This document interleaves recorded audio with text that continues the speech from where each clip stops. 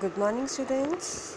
As you can see on your screens that today we will read our supplementary reader book Vistas. So we have done its two chapters, na? Now it's third chapter, Journey to the End of the World. One of my favorite chapter. As a science student, the hidden scientist in you, you will also like this chapter. After reading, you will observe, you will feel that you are in Antarctica. You can say कि आपको ऐसा लगेगा कि मैं भी Antarctica जाऊं. इनकी इस चैप्टर में ऐसा जो है वो रीड करके इतना मज़ा आता है. So before we read, let's start. If you want to know more about the planet's past, present and future, the Antarctica is the best place to go to.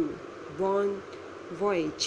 तो बॉन वॉयज ने कहा था कि अगर आप अपने प्लैनेट के बारे में, मतलब अर्थ के बारे में आप जानना चाहते हैं, उसके पास्ट के, उसके प्रेजेंट और उसके फ्यूचर के बारे में जानना चाहते हैं, तो अंटार्कटिका उसको जानने के लिए बेस्ट प्लेस है. So let's start our chapter. Early this year I found myself aboard a Russian research vessel, the Akademik Shokalsky, heading towards the coldest, driest, windiest continent in the world, Antarctica. तो कहते कि इस साल के में ही, जल्दी ही इस साल के स्टार्टिंग में ही, तो कहते रशियन रिसर्च के एक ग्रुप के साथ, एक क्रू के साथ जो है, जिसका नाम था अकेडमिक शोकालिस्की, तो उसका एक में पार्ट थी. और हम लोग सभी जो थे वर्ल्ड के सबसे कोल्डेस्ट, सबसे ड्राई, सबसे तेज़ हवाएं जिस कॉन्टिनेंट पर चलती हैं, उस जगह हम जा रहे थे. उस जगह का नाम था Antarctica. My journey began 13.09 degrees north of the equator in Madras. तो हमारी कहते कि जो है जर्नी स्टार्ट होती है 13.09 डिग्री नॉर्थ की तरफ, जो कि इक्वेटर का इक्वेटर की जगह जहाँ पर मद्रास है, मतलब मद्रास से जो है ऑथर की जर्नी स्टार्ट होती है. And involving crossing 9 time zones, 6 check points, 3 bodies of water and at least as many ecospheres. तो कहते हैं उस जर्नी में हमने 9 टाइम जोन्स को क्रॉस किया, 6 चेक पॉइंट्स को, 3 वाटर बॉडीज़ को किया और कई सारे इकोस्फीयर्स को हमने जो है वो क्रॉस किया. By the time I actually set foot on the Antarctica continent, I had been traveling over 100 hours in combination of a car, an aeroplane and a ship. So my first emotion on facing Antarctica's expansive white landscape and uninterrupted blue horizon was relief, followed up with an immediate and profound wonder. तो कहते कि उस time तक हम जो है Antarctica में जो है, जैसे ही हमने अपना पैर रखा, तो उससे पहले हमने जो जर्नी की 100 आवर्स, 100 घंटे लगे उसको.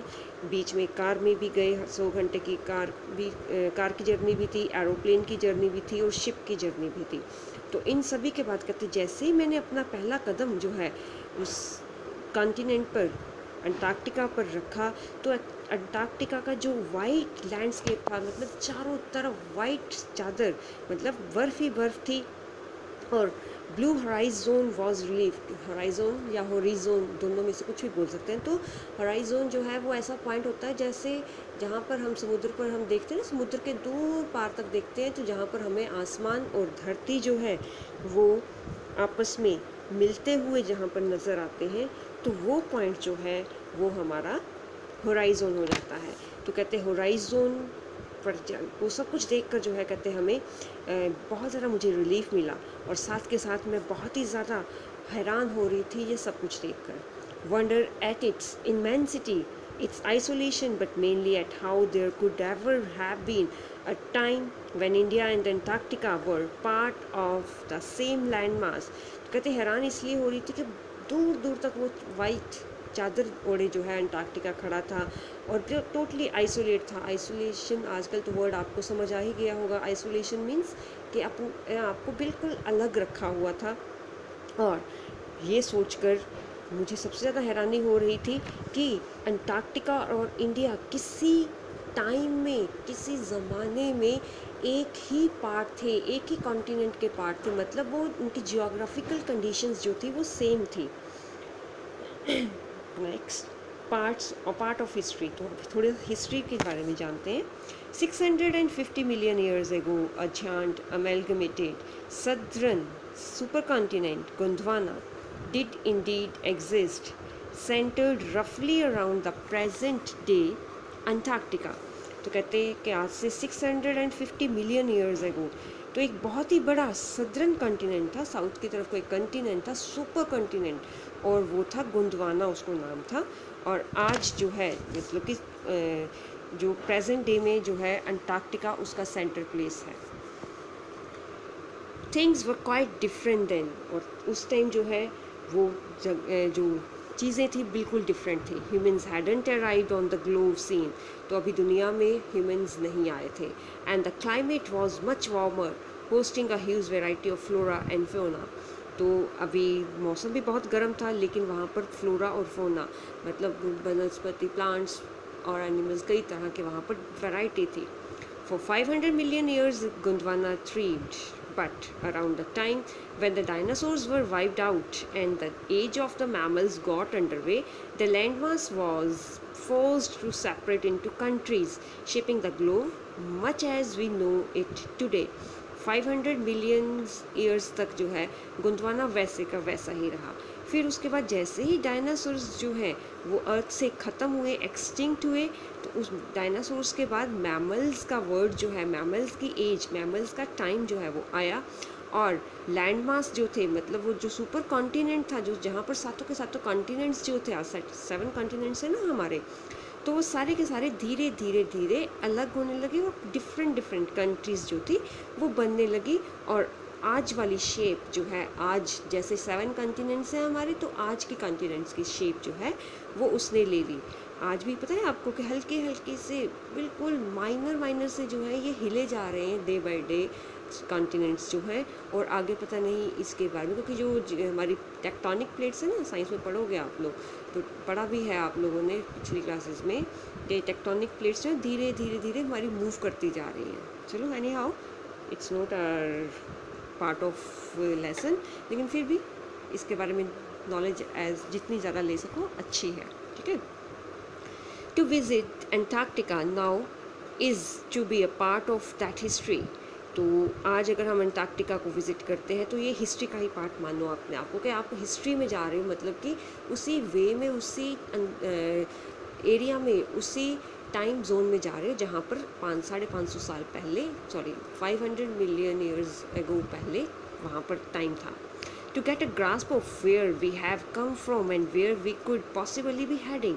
तो आप कहते हैं हिस्ट्री में वहाँ पर ज़रूर जाओगे, और साथ के साथ हमारी जो एक्टिविटीज़ हैं वहाँ पर आपको जाकर पता भी चलेंगे कि हमारी एक्टिविटीज़ कहाँ हमें लेके जा रही हैं और हम किस तरफ को जा रहे हैं। It's to understand the significance of Cordilleran folds and Precambrian granite shields.